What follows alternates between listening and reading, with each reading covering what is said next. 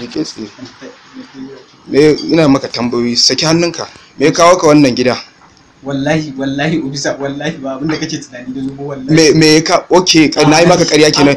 Ga ka a tuba da sauransu ka cin babin da ka zo yi, me ka zo yi mun kai? Me ka zo yi a gida? Me ka zo yi a gidan? Na so kudin tabi. To, wa ya ce ka zo karfe 12, 11 zuwa 12 na dare?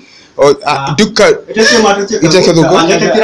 Kai baka da hankali an ce ka zo? Wa ya kira?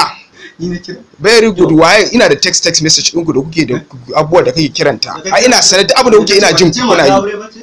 Bata ga maka ba amma kace mene kace ba damuwa. Zaka iya wani tace maka mata aure ne kace zaka iya ka zo wajen 11 zuwa 12 na dare. Me ya kawo ka? Zaka da ita bane? Allah dan Annabi Musa kai hakuri. To yanzu me zaka ce a wannan abin da kai? Musa nayi laifi. Nayi laifi amma insha Allah ka bai sa. Yanzu a haka zan ta saka gaba zuwa police station. Dan Allah dan Annabi. Zan kai